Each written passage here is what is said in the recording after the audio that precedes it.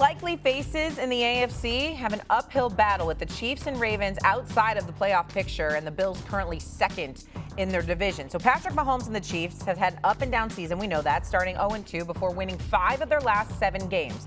The Chiefs are currently third in their division and in the hunt for a wild card spot. The Bills started the season hot, going 4-0 while looking like one of the best teams in the NFL. But Josh Allen and the Bills have since lost 3 of their last 5 games, and they've handed the division lead right on over to the Patriots. Then after a 1-5 start, the Ravens have won 3 straight games, with Lamar Jackson returning for the last 2.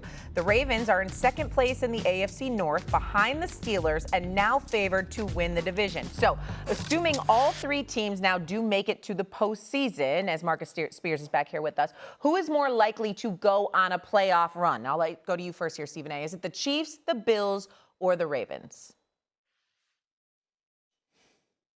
I'm going to go with the Baltimore. Let's go. Baltimore Ravens.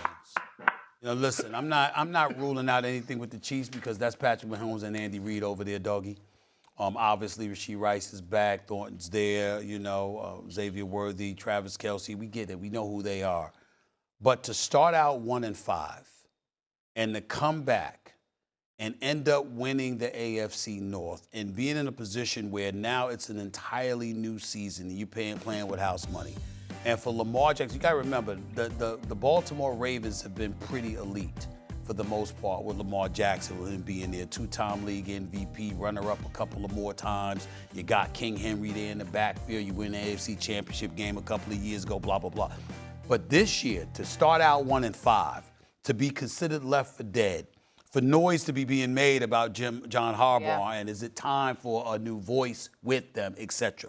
For them to have a god-awful defense and to go from giving up 30 a game to giving up 13, for their defense to suddenly look formidable again, for Lamar Jackson to come back, for Derrick Henry to not be fumbling the football, and for them to resurrect themselves and to get to the playoffs. If that happens, I think it'll be one of those situations as you look, Doggy and Swagu, at the AFC and you think about Kansas City, Denver, the Chargers, the Colts, the Patriots, etc., and all of a sudden we've been talking about all of these teams all these years.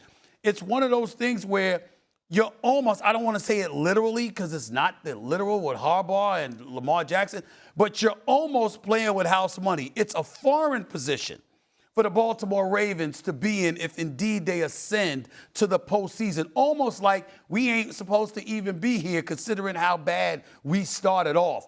And I think playing under those conditions would be very, very unique and foreign to the Baltimore Ravens. And as a result, I think with the talent that they have, they would be an incredible threat. I would have to go with them as the answer to this question. I understand your point. Under the weeds, no pressure on them, some fun. But if they do win the division, it's more because Pittsburgh lost it than because they won it, because the Steelers are bad. I still think you got to take the Chiefs. Listen, they got work to do. They're 2 games back at Denver. I mean, they have some work to do. Assuming they get the regular season work done and they're in the postseason, I don't know how you can't take the Chiefs. They've shown they can win on the road in the postseason. They won in Buffalo, won in Baltimore 2 years ago, won the whole thing. Mahomes, Reed, he's not going to be worried about playing outside of Arrowhead. They still got a good defense. The Bills are a little sloppy. Allen hasn't been great. I don't trust the Ravens with Lamar in a big spot. He has only won 3 playoff games. To me, you still got to take the Chiefs as the team that could most likely make the best run in the AFC playoffs. Swagu. Mad Dog, I understand. I understand. And this was the most fearful question we had today. And I'm going to harken back to my big bro, Stephen A. A couple years ago, I got him on the Baltimore train. But also, Baltimore looked like they were going to dominate their way all the way to the Super Bowl.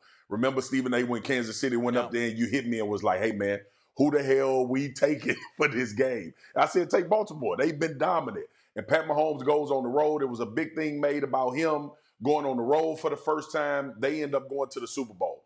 I am going the psychological side with Stephen A., Mad Dog.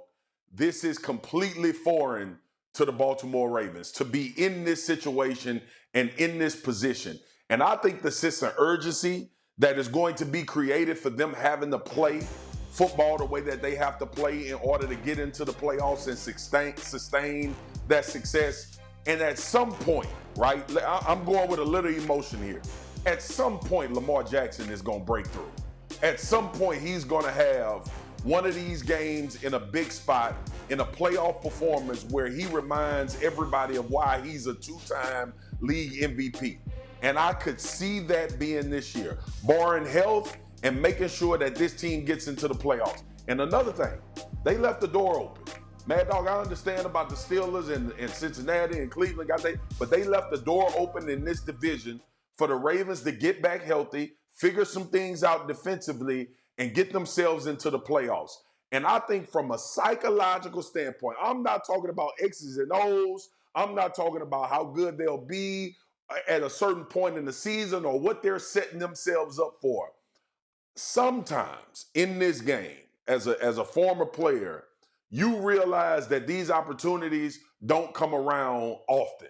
And I think Baltimore got a little drunk on the fact that we're going to automatically make the playoffs. We're going to be one of the best teams in the NFL. We're going to get in. They had a tumultuous beginning to this season. They had injuries. Derrick Henry fumbles. The defense was horrible. They missing one of their best defensive linemen in Nnamdi Madubuike. I think psychologically, if this team finds themselves in the playoffs, after everything that's transpired leading up to that point, there will be some magic from number 8.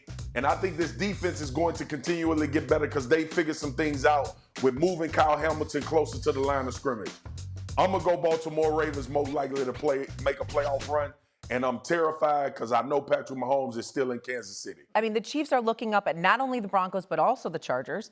And then the Bills are looking up at the Patriots, who we all said an hour ago we obviously trust the most to possibly have the 1 seed in the entire AFC. Whereas the Ravens, who are they looking up? 1 game against the Steelers? Well, not only that, it's like, but first of all, I think, go ahead, Stephen. The schedule is not that strong. And then on top of it all, they have the Steelers at home. And so we got to pay attention to that as well. But here's what I want to say this. The first 6 games or so, you're talking about a Baltimore Ravens squad that turned the ball over 10 times in its first 6 games. They haven't had a single turnover in the last 3 weeks. They've turned it around. They've turned it around. Yep. And this is what I want to say, too, because the NFL is the NFL. It's unlike the NBA, unlike Major League Baseball and stuff like that. The NFL, you watch the game no matter what. You watch it. I don't give a damn what city you're in or whatever. I mean, you going through the turnstiles, you watching it on TV. Yeah. NFL is king. We get that. But let me tell y'all something. If there's something close to box office in the National Football League, it's that brother Lamar Jackson. And I'm telling you right now, you have any idea how many people are clamoring for this brother to end up in a Super Bowl? I mean, when you just think about it for a second. I mean, just if you get 5 seconds, just close your eyes and just fantasize about the Super Bowl is approaching. And that brother is going to be on center stage for the first time for a Super Bowl. Let me tell you something. The NFL is going to be the NFL no matter what. But I assure you, it's going to be a little something extra. If that brother, Lamar Jackson, I'm not talking about the game. I'm talking about the 2 weeks leading up to the game. When you know that brother's going to be behind center, that he's going to be on center stage for the first time, Lord have mercy. I mean, that's what you're fantasizing about. And can the Ravens pull it off? Yeah. I think, I'm telling you, they get to the playoffs, they're playing with house money because nobody expected them to be there after the 1-5 start. Lamar doesn't play with house money, though, Steve, because he is the 2-time MVP. So if they do make the playoffs, all eyes are going to be on him, even if they're going to be a low seed. Remember, too, about them. They have Pittsburgh twice, at Green Bay, and the Patriots. They still got 3 or 4 tough games that we got to keep an eye on. Fair. And fair. Be fair now on one thing, Steve, and I understand your point about Lamar at the Super Bowl. I get that. If Buffalo made it with Josh Allen. That's true. And the fact that City has lost 4 Super Bowls. They're like America's sweetheart. Great. Yeah. No, wait a minute. Those are the top 2 storylines. I mean, when you think the Kansas City Chiefs, people are obsessed with that team. Yeah, but they've been there so many times. It doesn't matter. But Shae, I'm just talking about. Listen, it's all going to work. Nothing's going against the NFL. But the top 2. I mean, when you talk about the top 2 stories, talk about a Super Bowl, it would be Lamar Jackson because of what I said, and Josh Allen because of what you said. I'm just saying, but you're looking at the Bills collectively, losing 4 straight Super Bowls. Josh Allen, how many times knock Bills Mafia, how many times you knocking on the door, whatever. I'm talking about that brother Lamar Jackson. Trust me on this. It won't. It's nothing like it. You usually don't see one person, standing above the crowd like that as you lead into a Super Bowl. You talk about a lot of different things. With the Baltimore Ravens, it would be Lamar Jackson all day, every day, because you know what kind of plays he can make with his legs, not just his arms. It would be something to behold. Go ahead, Marcus. Yeah. I also think it's because of the path as well. Sure. Like me seeing Josh in the Super Bowl, I would be out of my mind too, because it means Josh overcame one of these guys potentially to get into the Super Bowl. And now you start talking about Buffalo and their history and Josh's greatness and how he can potentially get the first Super Bowl for Buffalo in the forever. So I just, when you look at Baltimore this particular season, which is why I'm in more alignment with Stephen A., it's because it's so unconventional about how they would have to get there. It is so how many times, Mad Dog, you can even attest to this. How many times have we known preseason that the Baltimore Ravens was going to be one of the teams either in the NFC Championship or a divisional round in the playoffs, and we were waiting for that performance from Lamar Jackson to get them over the hump to a Super Bowl? Now imagine this team from where they were just 3 weeks ago before they made this run, getting into the playoffs, and Lamar making a run in the playoffs to get to the Super Bowl. I think that story would hold a tremendous amount of weight, because ultimately, Mad Dog, you got to remember, Buffalo really has not fell off, right? I know they've lost 3 out of the last 5 weeks in some ugly losses, but people still believe that Buffalo is a really good team, and we think that Josh Allen is going to be able to bounce back and play well. Bro, the Ravens were left for dead. Injuries, turnovers, Lamar missing games, dudes missing for the season. We talked about Harbaugh losing his job. That would be the best storyline for a team if they made it to the Super Bowl. That offense in Baltimore has scored 27 or more points in all 5 games that Lamar has started or finished. The way he goes, they go. That is for certain. All right, 2 NFC West powerhouses are going to clash this Sunday when the Rams host the Seahawks to battle it out for first place in the division. Both teams head into this week riding a 4-game win streak. They're currently tied with an NFC best 7-2 record, and their success has a lot to do with the success of both quarterbacks. Sam Darnold has been one of the most efficient quarterbacks in the NFL this season while leading the Seahawks to a 7-2 record. He ranks first in total QBR and yards per attempt while ranking third in completion percentage. And so, if Sam Darnold takes a win over the Rams on Sunday, will you believe in him? Well, it will go far, but I still, myself personally, I can't get past those 2 games last year for the Vikings in Detroit. Sunday night, week 17, he was bad in the game, and then he wasn't bad. He was putrid on January 13th in L.A. against Arizona against L.A. They moved that game to Arizona. They moved the game to Arizona. Thank you, Peter. Yes, you're right, because of the fires. He was putrid in that game. I mean, 9 sacks, terrible.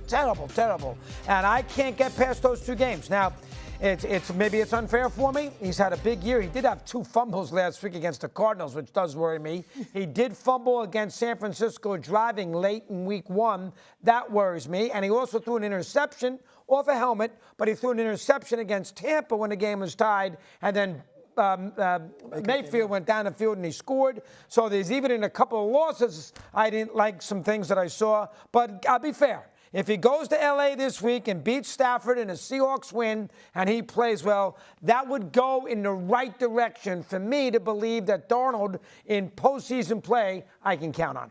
I look at this as, how many times does he have to win a game for us to finally give him the benefit of the doubt? This guy went 14-3 last year. Granted, 2 of those losses were horrendous losses in the clutchest of moments. And then this year starts the season off 7-2. Very rarely does a guy have to prove himself twice in 2 consecutive years. Like, this guy could play quarterback. We're seeing it. He's been excellent this year. I spoke with him before the Monday night game against the Texans. Different Sam Darnold than it was when he was with the Jets and even when he was with Carolina. 28 years old. He's engaged to the love of his life. He bought his first home this offseason because he finally has a team to tell him, you are our guy, signed a $100 million contract to be with Seattle, and he has fulfilled expectations. He doesn't have to do everything. That defense is the best in the league, if you ask me. Yeah. He just cannot turn the ball over in big spots. I get it, there's going to be doubters. Mm-hmm. To me, he's already proven himself. Did it last year with Minnesota. It's very difficult to go 14-3 in a season. He's doing it again this year in Seattle.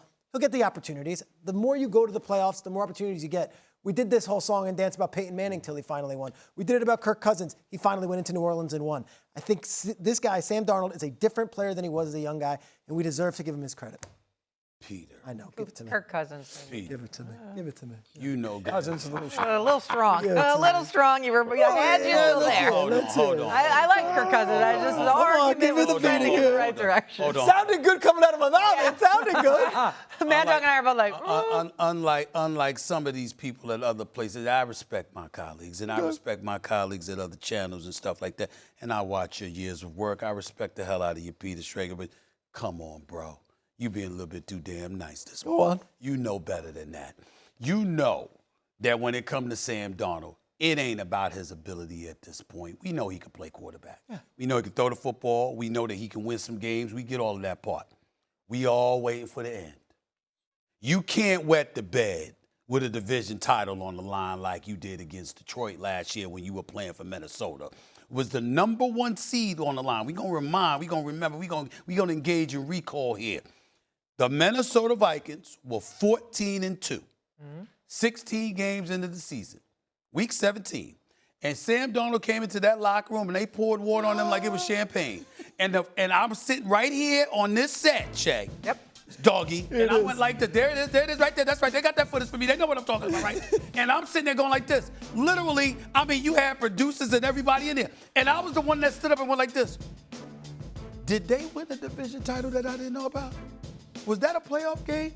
I said, they ain't win nothing yet. You got the Detroit Lions waiting for you next week in Detroit with a division crown in the NFC North and the number 1 seed up for grabs. You got to win that game. And they got trounced. Got their ass kicked. And this is with Detroit having a bunch of injuries, okay? Okay? Then you lose the game. It drops you from the number 1 seed to the 5th seed, which puts you against the Rams in the playoffs, and then you got trounced again. That's the memory. You can't sit up here and talk about all the Lord. It cost him the job. It cost him the job in Minnesota. He paid for it already. But you were being very, very nice. I'm saying you were being very, very nice. I am. You can't sit up there and look at that happening, Peter. You don't like the fact he didn't cower in the corner and say, he comes back even better this year. Look at you with the motivation. I'm fired up, baby. It's so touching. It's really touching. I'm just saying, there's a division title on the line yet? Is it a playoff game yet? We know you can play, Sam Darnold. We know you can play. You're not a scrub. He can play. This is not the Jets. This is not Carolina. We're looking at you in Minnesota when you got at them to 14-2. Well, guess what? You wet the bed then too. What you gonna do? Because let me tell you something right now.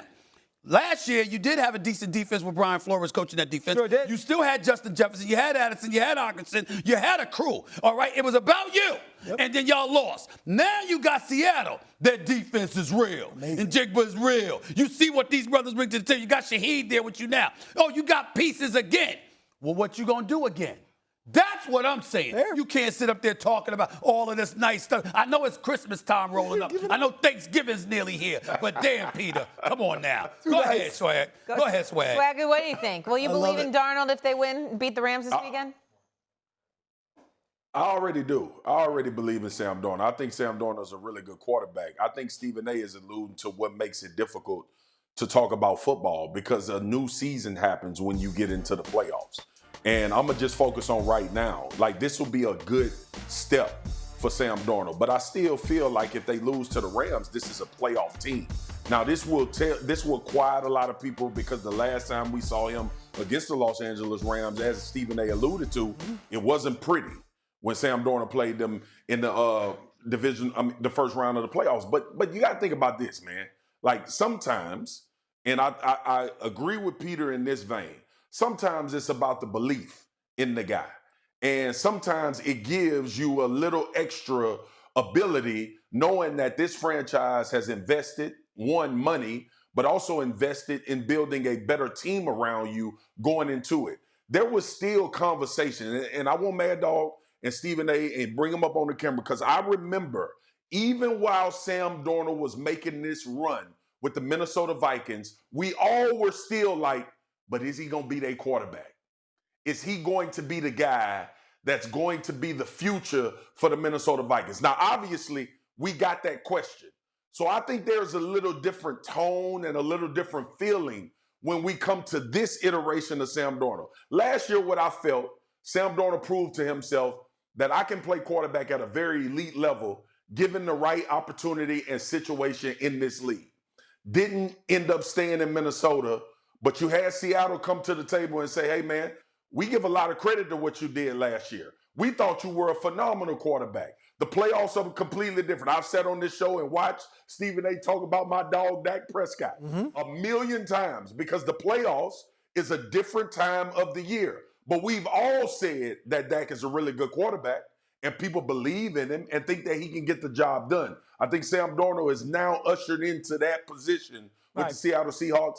And the biggest point is, I think this is the best defense in the NFL right now, which may cause for him not to have to be crazy great in order for this team to win in the NFC especially.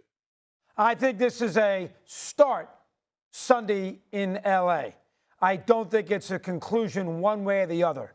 I'm going to have to see Sam do this in the month of January. 80 yards, down the field, tough conditions, teams down by 4 points. Can Sam, I've seen Allen do it. I know that Mahomes can do it. He's only had Stafford can do it. I mean, again, Look, here's I the got to deal. see it. Last year, I got to see it. he went into Chicago, drove him on a game-winning thing, went into Seattle in front of these guys. He's had 7 game-winning drives. And he had 8 horrible days. Since the start of 2024, right? Yeah. 7 game-winning drives, he's a gamer. which is more than anybody in the National Football League.